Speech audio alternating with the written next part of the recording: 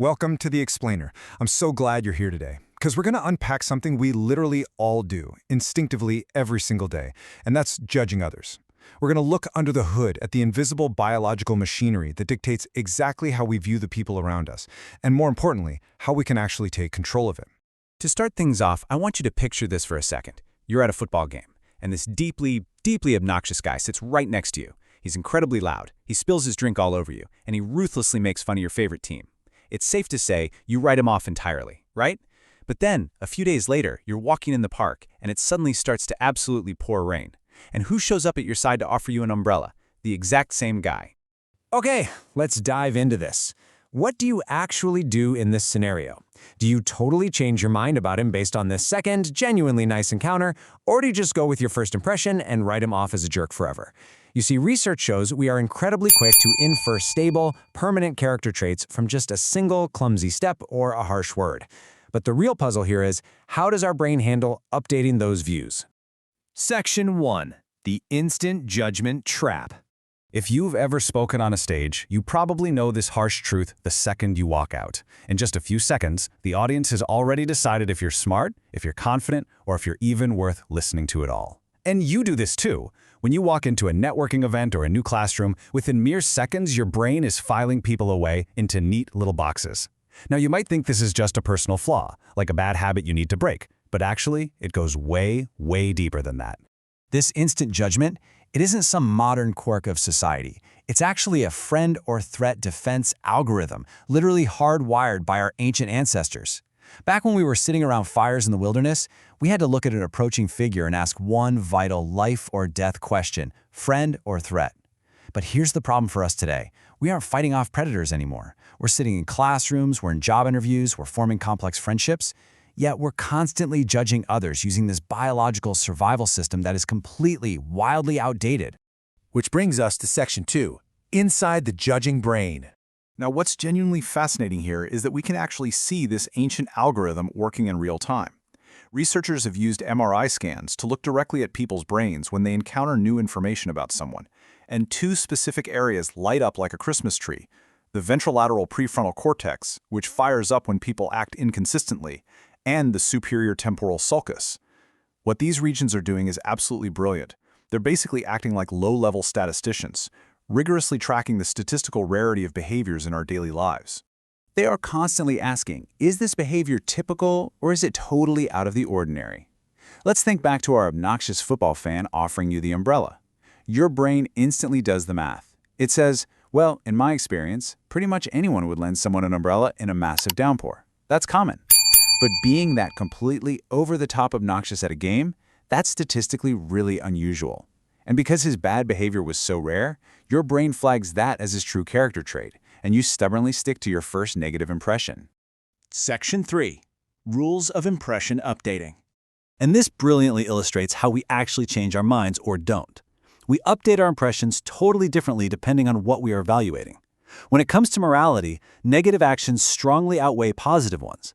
But when it comes to someone's competence, positive actions strongly outweigh negative ones. Think about a soccer player.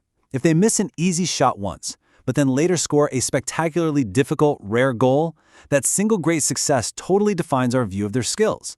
The positive outweighs the negative. But for morality, that rare bad behavior at the game easily wipes out the common good behavior in the park. So why does our brain weigh things this way? Well, it's because immoral behaviors are highly diagnostic. They act like a giant spotlight, revealing a person's true character. The reason negative moral information holds so much weight in our minds isn't because we're all just cynical pessimists. It's because terrible, immoral acts are actually statistically less frequent in daily life. They stand out like a sore thumb to those low-level statisticians running the numbers in our heads. Which leads us to this incredibly comforting thought. Bad is stronger than good only because good is more plentiful. I mean, there is a wonderfully uplifting moral in this data. Our brains hyper-focus on the bad simply because we are deeply used to people being basically good. Taking the time to help a stranger in need is completely normal to us. We expect it from each other. Good is just more plentiful, so it doesn't trip our defense algorithms. Section 4. The Cost of Quick Judgments.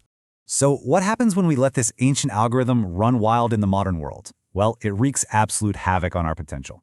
Look at this toxic filter in action. Imagine you meet a new colleague. They're wearing very plain clothes. Maybe they don't have that loud drill sergeant kind of confidence. Your brain instantly registers them as not passionate or not sharp. And what happens next is a total tragedy of confirmation bias. This artificial sensor goes up, you start ignoring every great idea they share. When you skim their emails, you only notice the typos, never the brilliant insights. You completely miss out on incredible talent, all because of a 1-second biological misfire. And honestly, the absolute worst part? We do this exact same thing to ourselves. First, you stumble over your first few words in an interview or a big presentation. Next, your own brain brutally files you as incompetent. Then you mentally check out and essentially stop presenting. And finally, you spend the next 15 minutes desperately performing failure. You get so consumed by trying to prove a negative label wrong that you sabotage your own abilities. You literally become the victim of your own brain's outdated survival system. Section 5. Overriding your instincts. So the crucial point here is that we can actually choose to interrupt this outdated system. We can practice what's called cognitive disobedience. This is the incredibly powerful act of intentionally pivoting away from our biological instincts so we can become the architects of our own perception. We don't have to be slaves to a million-year-old reflex. We can actively choose creativity and humanity over quick, lazy certainty. So how do we actually practice this cognitive disobedience? Well, here is your toolkit. First, you have to impose an extra second. Just one deliberate, deep pause when you feel that instant judgment forming. And in that pause second, you ask yourself 3 vital questions. Question 1, what is the most positive interpretation of this person I can find right now? Question 2, what piece of data did I immediately discard just because it didn't fit my instant bias? And question 3, am I just trying to win a fight I already started in my head? This simple, deliberate pause is exactly where you take back control from your biology. Like the quote says, don't let your biology dictate your relationships. The people who truly shape the future, the ones who build amazing teams, discover hidden talent, and foster deep friendships, they aren't the ones who are quick to judge. They are the ones who refuse to be ruled by these ancient defense algorithms. They take that extra second to find the humanity standing right in front of them. I want to leave you with this final thought to carry into your very next social interaction. Next time you change your mind about someone, ask yourself, was their behavior out of the ordinary or is your judgment? Thank you so much for joining me for this explainer. I really hope you take that extra second today, override the algorithm, and start building the perception you actually want to see in the world. Catch you next time.